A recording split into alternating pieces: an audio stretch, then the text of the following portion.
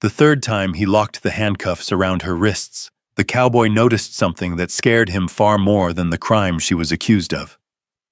The metal cuffs clicked shut as snow rattled against the barn roof. A lantern swung from a rusty hook, throwing long shadows across two wounded horses standing behind her. The woman didn't argue. She didn't run. She only looked at the dying mare beside her and brushed a trembling hand across its neck. The cold stung his face. The warrant felt heavy in his pocket, and for the first time he wasn't sure who needed saving. If this story pulls you in, tell us where you're watching from. The spring wind rolled across Cedar Bluff Valley, carrying dust, the smell of dry grass, and the distant sound of cattle lowing somewhere beyond the hills. Wade Barrett sat tall in the saddle as his bay gelding followed the wagon road north. The folded warrant rested inside his coat pocket. He had read it twice already. Ruby Hayes, trespassing on property owned by Cedar Bluff Land Company. The complaint had been signed by Silas Crow himself. That alone usually meant trouble. Silas Crow owned enough land to disappear into it for days. He owned grazing rights, water rights, and half the men who sat on town committees. When Silas complained, people listened. When Silas demanded action, people usually moved fast. Sheriff Owen Pike certainly had. Should be simple enough, Owen had said that morning while handing over the paper. Bring her in, Judge will sort it out. Simple. Wade had thought so too, until he reached the disputed pasture. The land stretched beneath a pale blue Wyoming sky. Sagebrush dotted the hills. A split rail fence ran unevenly across the valley floor, sections leaning where winter storms had pushed against them. He spotted the horses first. 6 of them. Thin. Far too thin. Their ribs showed beneath dusty coats. One gray mare lowered its head toward a water trough, as though every step required effort. Wade frowned. Then he saw the woman. She stood beside the trough holding 2 buckets suspended from a wooden yoke across her shoulders. The buckets looked heavy. She moved carefully across the uneven ground and poured water into another trough. The horses gathered immediately. She spoke softly to them. Not words Wade could hear, just a calm voice, the kind people used around frightened animals. For a moment, he simply watched. The woman from the warrant did not look like a criminal. Her dress was faded from years of work. Her sleeves were rolled to her elbows. Dust coated the hem of her skirt. The wind tugged loose strands of dark hair from beneath her bonnet. One horse nudged her shoulder. She smiled and scratched its neck. Only then did Wade guide his horse forward. The sound of hooves made her turn. Their eyes met across the pasture. She did not look surprised. That bothered him immediately. Most people looked surprised when a deputy arrived carrying legal papers. Ruby Hayes only set down her bucket. "You took longer than I expected," she said. Her voice was calm. Wade blinked. "You knew I was coming?" Mr. Crow usually doesn't wait long when he wants somebody gone. The wind shifted between them. Wade dismounted. His boots landed in the dust. He pulled the folded warrant from his pocket. "Ruby Hayes?" A faint smile touched her lips. "I've been Ruby Hayes my whole life." Something about the answer nearly made him smile. Nearly. Instead, he unfolded the paper. "You've been accused of trespassing on Cedar Bluff Land Company property." She glanced toward the horses, then back to him. "I figured that's what this was about. No panic, no pleading, no anger, just acceptance." Wade had arrested drunk cowboys who shouted louder than thunderstorms. He had arrested gamblers who swore innocence until sunrise. He had arrested thieves who ran before he even reached the gate. Ruby Hayes did none of those things. She simply stood there. The horses crowded around the trough behind her. One chestnut gelding limped badly. Wade noticed the swollen joint. He noticed scars, too. Old scars. Marks left by neglect rather than accident. "You care for all these horses yourself?" he asked before he could stop himself. Ruby followed his gaze. Somebody has to. The answer lingered. Wade looked again at the animals. None carried a ranch brand he recognized. Where did they come from? Her eyes narrowed slightly. Does that question belong to the warrant? He folded the paper again. No. Then I suppose it can wait. For the first time, silence settled between them. Not hostile, not friendly, just careful. A meadowlark sang somewhere near the fence line. The horses drank. The wind moved through the grass. Finally, Wade sighed. You know I have to bring you in. I know. No argument. No resistance. She stepped closer. Then, before he even reached for the handcuffs, she held out both wrists. The gesture caught him off guard. The metal cuffs suddenly felt heavier in his hands. Ruby looked directly at him, not challenging him, not begging, simply looking, as though she had already measured him and reached a conclusion. Wade secured the cuffs, carefully, the same way he might secure a frightened horse to a lead rope. When he finished, Ruby glanced down, then back up. You're gentler than the last deputy. Wade stared at her. I don't know if that's supposed to be a compliment. It wasn't. For a second, he almost laughed. Instead, he escorted her toward his horse. The ride into Cedar Bluff took nearly an hour. Neither spoke much. The courthouse sat beside the general store and the feed supplier at the center of town. People watched as they arrived. People always watched. Ruby climbed down without assistance, without complaint, without embarrassment. Wade escorted her inside. Judge Milton Reeves reviewed the complaint. Silas Crow's representative made his argument. Ruby listened quietly. Then old Martha Green appeared unexpectedly.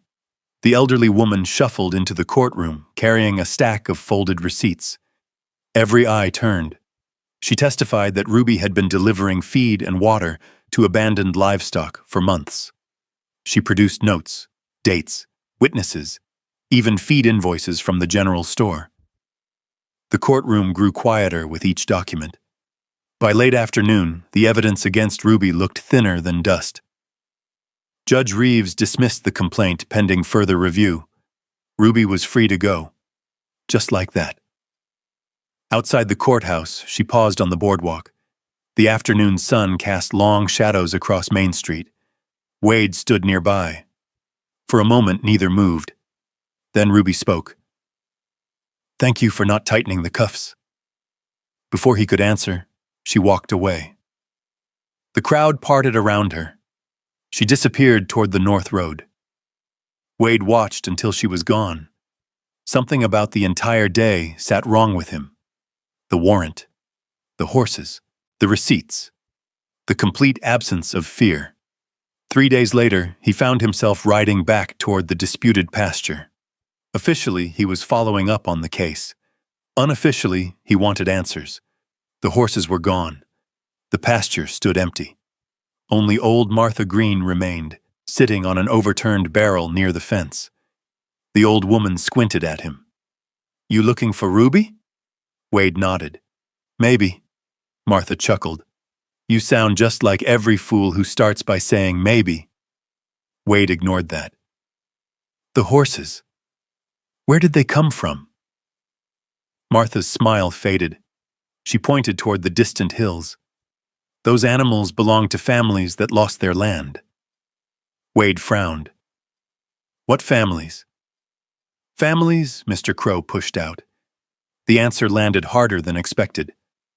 Martha continued. When folks leave, they can't always take everything. Ruby gathers what's left behind. Wade stared across the valley. The thin horses suddenly looked different in his memory. Not stolen. Abandoned. Forgotten, just like the people who once owned them.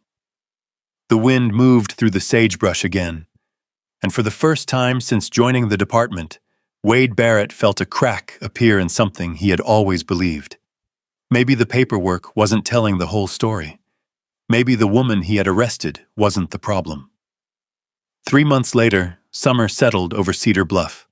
The courthouse windows stood open against the heat. Wade entered Sheriff Owen Pike's office. A fresh warrant waited on the desk. The name at the top stopped him cold.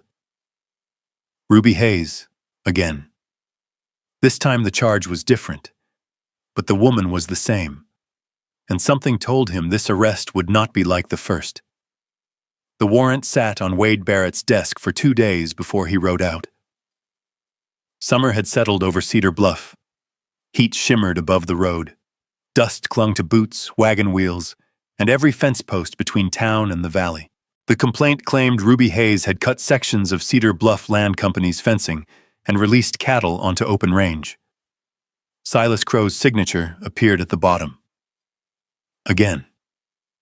When Wade arrived, he found the broken fence. But he also found something else. 3 ranch hands stood near a holding pen. One carried a stock whip loosely at his side. Inside the enclosure, several cattle crowded against the rails. A young horse stood among them. Fresh welts crossed its flank. Ruby was kneeling beside the animal. A bucket of water sat nearby. The horse's ears flicked toward her voice. She was speaking softly. One of the ranch hands noticed Wade first. "Deputy," he called. "Caught her right where she don't belong." Ruby looked up, no surprise, no anger, just those same steady eyes. Wade climbed down from his horse. The damaged fence stood 30 yards away. He walked toward it. The posts were old. The wood had rotted near the base. One section had collapsed completely. He crouched and touched the splintered grain. This hadn't been cut. It had fallen. The ranch hand shifted uneasily. The cattle got loose because of her. Wade stood. Did they? Nobody answered. His gaze moved back to the horse. The marks on its side told their own story. Ruby rose slowly. "You're here to arrest me." It wasn't a question. Wade removed the warrant. "I am." The horse nudged Ruby's shoulder. For a moment, she rested a hand against its neck. Then she stepped forward and offered her wrists, just like before. The ride into town felt longer this time. At the courthouse, Judge Milton Reeves listened to testimony. Silas Crow's foreman spoke first.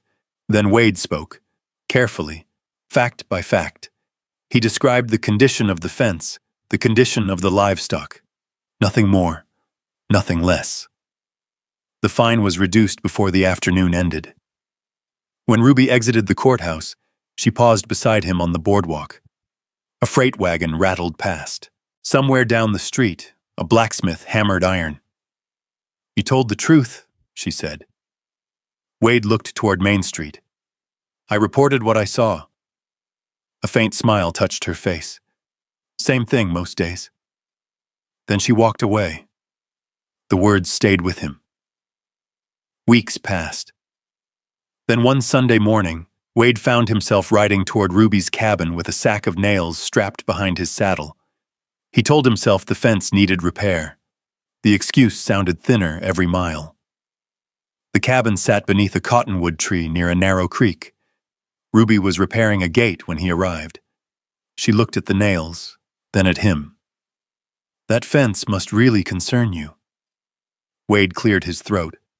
Looked like it needed fixing.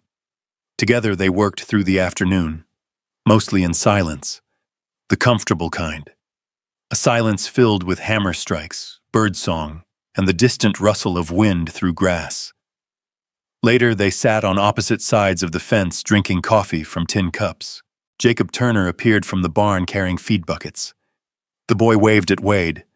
Wade waved back. The next Sunday he returned. Then another. One evening, a mare struggled through labor in Ruby's small barn. Storm clouds gathered outside. Rain tapped against the roof.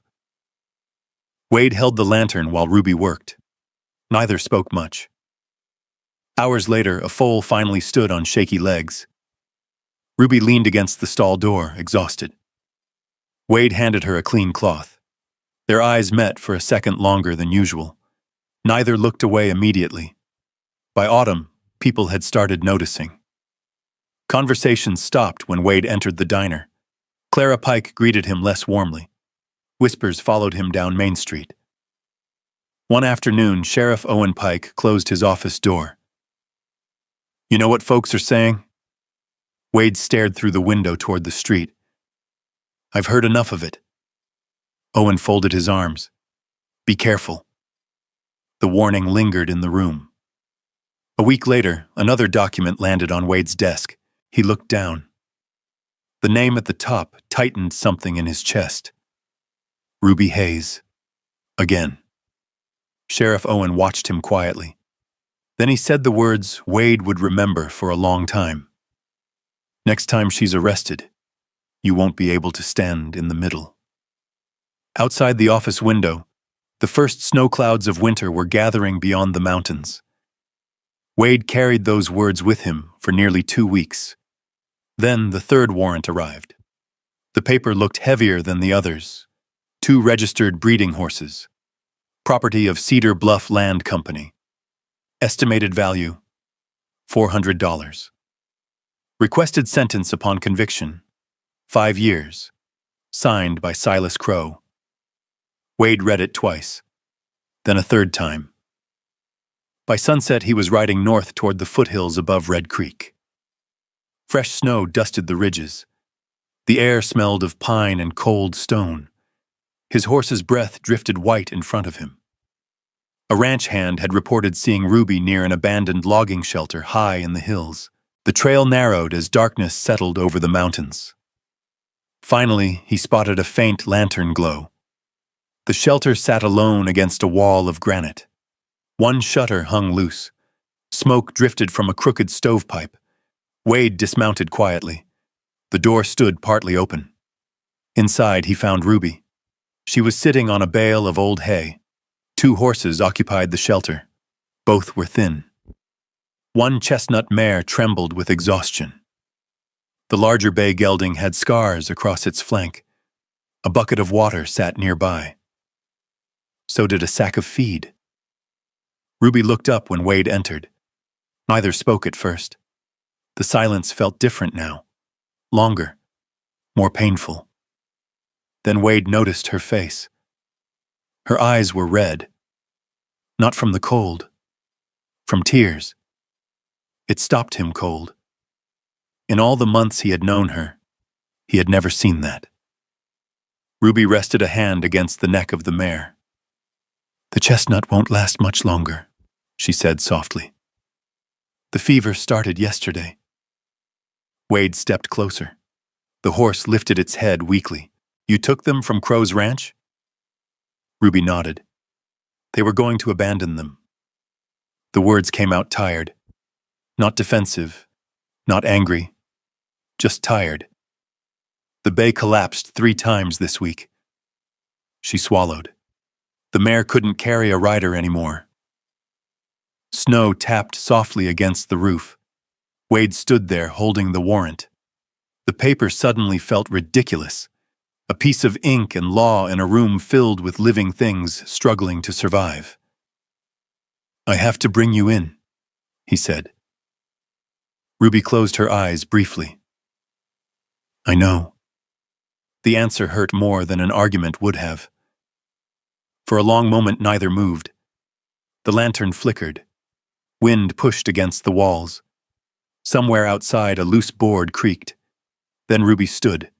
She pulled on her coat, buttoned it carefully, adjusted one loose sleeve, small motions. The motions of someone preparing herself. When she finally turned around, she offered her wrists.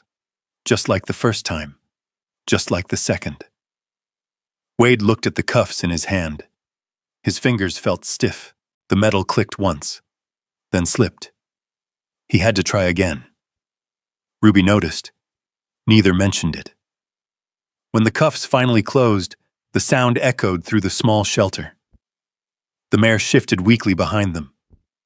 Ruby looked back at the animal. Only once. But Wade saw everything in that glance. Concern. Helplessness. Goodbye. The ride back to Cedar Bluff happened beneath falling snow. Neither spoke much. At one point, Ruby's horse stumbled on an icy patch. Wade immediately reached over to steady the reins. Their eyes met briefly. Neither looked away first. Lights from town appeared after midnight. The courthouse stood dark except for one upstairs window. Sheriff Owen Pike was waiting. So was Silas Crow. Silas stood beside the stove with a satisfied expression. When he saw Ruby in handcuffs, he smiled. Not broadly, just enough. Wade disliked it immediately. 5 years, Silas said. That's what happens to thieves. Ruby stared straight ahead. Wade said nothing, but something deep inside him shifted. For the first time, the question wasn't whether Ruby was guilty. The question was whether the law was. Later that night, long after everyone had gone home, Wade sat alone in the stable behind the sheriff's office. A lantern burned beside him. Snow collected on the fence outside. The horses slept quietly in their stalls. Wade held a tin cup of coffee that had long since gone cold.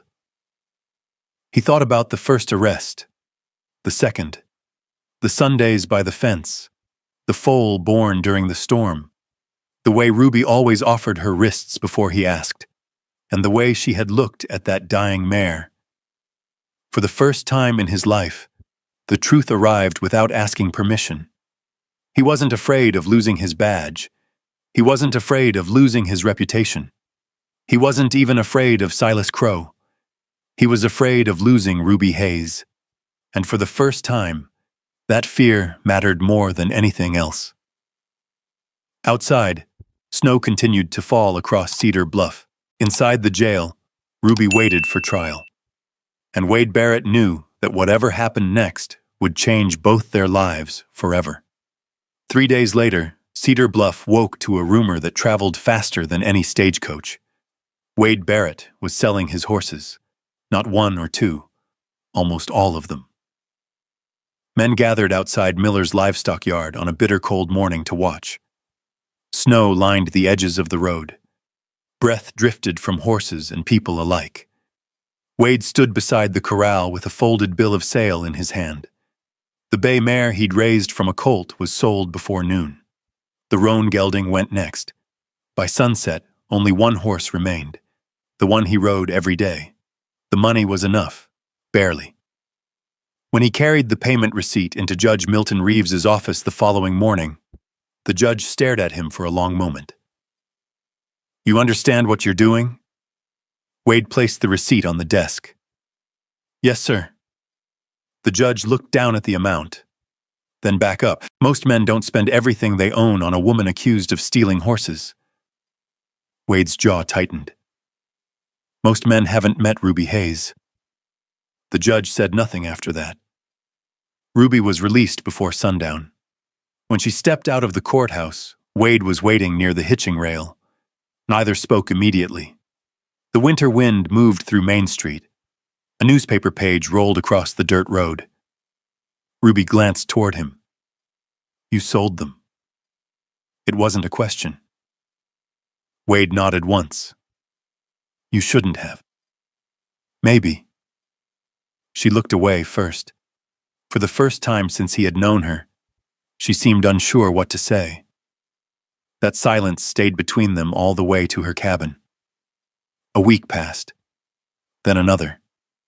Snow continued to cover the valley. One evening, Wade arrived carrying a lantern and a small leather notebook. Ruby recognized it immediately. Her expression changed. Not dramatically, just enough. "Where did you get that?" "Old Martha." Ruby took the notebook carefully, as though it might break. "My husband owned one exactly like this." Wade sat across from her at the kitchen table. The room smelled faintly of coffee and wood smoke. A kettle simmered quietly on the stove. Outside, the wind pushed snow against the windows. Ruby opened the notebook. Several pages had been removed years earlier, but one folded paper remained. A rough map. Nothing more. A hand-drawn ridge. A creek. A mark beside the words, Red Canyon. For a long moment, Ruby stared at it. Then she spoke. My husband worked for Cedar Bluff Land Company. Wade looked up. You never told me that. I never trusted anyone enough. The answer carried no accusation, only truth. Ruby folded the paper carefully. He kept records. Wade frowned. What kind of records? The kind men like Silas Crow don't want anyone finding. The fire crackled softly. Ruby stared into the flames. He was an accountant, quiet man, honest. He started noticing numbers that didn't match. Wade listened. He found land transfers, missing deeds, families forced off property they legally owned. The room seemed smaller suddenly. He copied everything. And hid it? Ruby nodded. Before he died. Wade leaned forward. You know where? Ruby unfolded the map. Maybe. 3 days later, they rode toward Red Canyon. The trail wound through narrow passes and frozen streams. Snow still covered much of the higher ground. The canyon itself rose from the landscape like a scar cut through red stone. By midday, they reached the place marked on the map. A dry waterfall. Nothing more, at least at first. Then Wade noticed a narrow opening behind the rock face. Together, they squeezed through. The space beyond was barely large enough to stand. Ruby lifted the lantern. Dust covered everything. And there, hidden inside an old metal lockbox, sat a stack of ledgers. Dozens of them. The evidence her husband had died protecting. For several seconds, neither moved. Then Wade opened the first ledger. Page after page. Names, dates, property transfers, signatures, payments. Enough information to destroy powerful men. Ruby's hands trembled slightly as she touched the cover. My husband was telling the truth. Wade looked at her. I never doubted that. The moment lasted only a second. A sound echoed from outside. Hoofbeats. Several of them. Both froze. Voices followed. Men. Searching. Wade extinguished the lantern immediately. Darkness swallowed the chamber. The footsteps grew closer. Someone outside cursed at the cold. Someone else mentioned Crow by name. Ruby's fingers tightened around the ledger. Wade instinctively moved closer, placing himself between her and the entrance. The darkness hid their faces, but not the fear, not the hope. They had finally found the truth.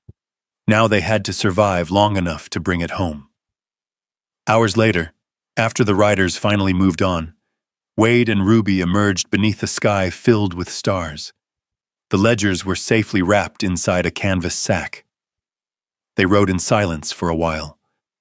Then Ruby spoke quietly. There's something else. Wade turned toward her. What? The man who ordered the original records destroyed. She looked ahead toward the dark valley. I always thought it was Silas. A long pause followed. Then she said the name. Owen Pike. The words hit harder than the winter wind.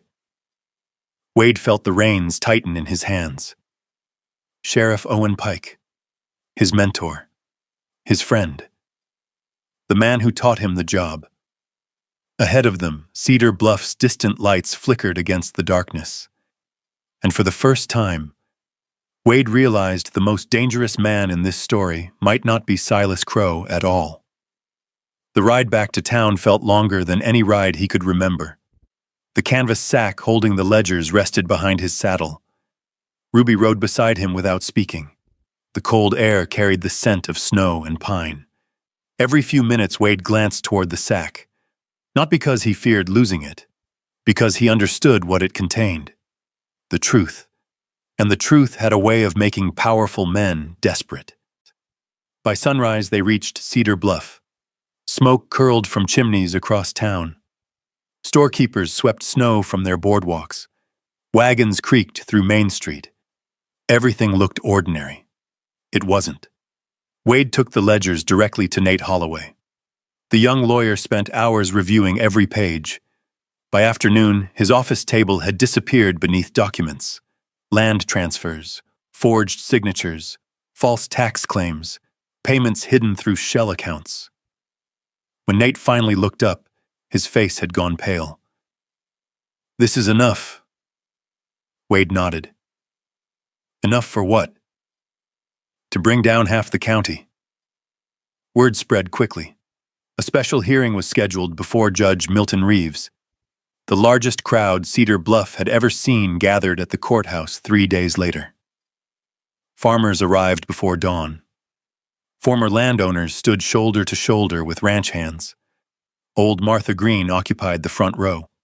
Jacob Turner sat beside her, his boots dangling above the floor. Silas Crow arrived dressed in black wool and confidence. Sheriff Owen Pike entered minutes later. His expression never changed. Neither man looked worried. At first, the hearing lasted nearly 8 hours. Nate Holloway presented the ledgers one by one. Amos Reed testified about losing property his family had worked for 20 years. Other witnesses followed. Then Ezekiel Crow stood. The room grew silent. Silas stared at his son. Ezekiel lowered his eyes briefly before speaking. When he finished, the silence felt heavier than before. Because everyone understood. The corruption was real. The theft had been real. The suffering had been real. And it had lasted for years. Near sunset, Judge Reeves removed his spectacles and rubbed his eyes. Then he delivered his ruling. The fraudulent claims were void. The stolen properties would be reviewed and returned where possible. Cedar Bluff Land Company would face formal investigation. The courtroom erupted. Some people cried, others simply sat still, as though they needed time to believe what they had heard. Silas Crow remained seated. For the first time since Wade had known him, the wealthy landowner looked small. Owen Pike stood slowly. His badge seemed heavier than usual. He looked toward Wade. For a moment, neither man spoke. Then Owen removed the badge from his vest, placed it on the table, and walked out. Just like that. No shouting, no threats, only silence. The kind that follows an ending. Weeks passed. Winter loosened its grip.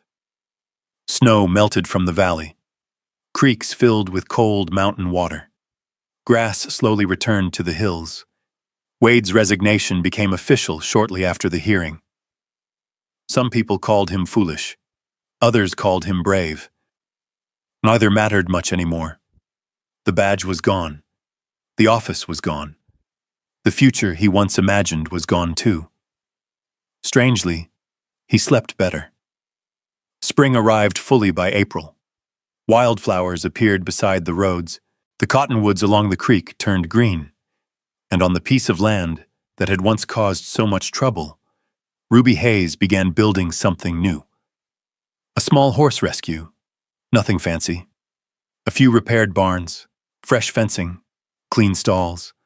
A place where abandoned animals could start again. The kind of place she had always wanted. One warm afternoon, Wade rode out toward the property. The same road, the same valley, the same stretch of fence where he had first seen her carrying water buckets months ago. His horse moved slowly, not from age, from nerves. Wade Barrett had faced armed cattle thieves. He had testified against powerful men. He had given up everything he owned. Yet his hands felt less steady now than on any of those days. The small velvet box rested inside his coat pocket. His mother's ring. The last valuable thing he had never sold. Ruby was repairing a gate when she spotted him. She straightened. The spring breeze tugged at her sleeves. Neither moved for a moment. Then Wade dismounted. No warrant. No handcuffs. No paperwork. Just him. Ruby glanced toward his empty hands, then back to his face. A smile appeared. Slowly. You've been down this road before. Wade laughed softly. 3 times. She leaned against the fence post, and every one of them brought trouble. That's true. For a second, neither spoke. The horses grazed peacefully behind her. One of the mares lifted its head and trotted across the pasture. Healthy now, strong, alive. Ruby noticed Wade reach into his coat. Her expression changed slightly. Not surprise, recognition. Wade opened the small box. The gold ring caught the afternoon sunlight. For once, the cowboy who always seemed to know what to say found himself searching for words. Finally, he looked at her. Really looked. The woman who had changed everything. The woman he had arrested 3 times. The woman who had taught him the difference between rules and right. Ruby. His voice was quiet. The first 3 times I came here, I took something from you. Her eyes never left his. Wade swallowed. Your freedom, your peace, your trust. The valley seemed to grow still around them. Then he smiled. This time I was hoping to bring something better. Ruby glanced at the ring, then at him. The silence stretched. Not uncomfortable, just important. Finally, she laughed softly, a sound he hadn't heard often enough. You know, she said, most men try flowers before handcuffs. Wade laughed too. The tension broke. The sunlight warmed the pasture. Far beyond the fence, horses ran through the spring grass. Ruby stepped closer. Then she placed her hand over his, the one holding the ring. No speech, no grand declaration. None was needed, because both of them already knew. The 4th time Wade Barrett rode down that road, he didn't come as a deputy. He didn't come as a lawman. He came as a man who had finally found where he belonged. And this time, Ruby Hayes didn't offer him her wrists. She offered him her hand.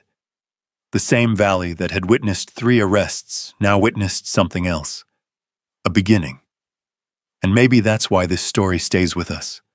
Not because a deputy fell in love with a woman he once arrested. Not because corrupt men were finally exposed. But because 2 people who had every reason to stop trusting the world chose not to.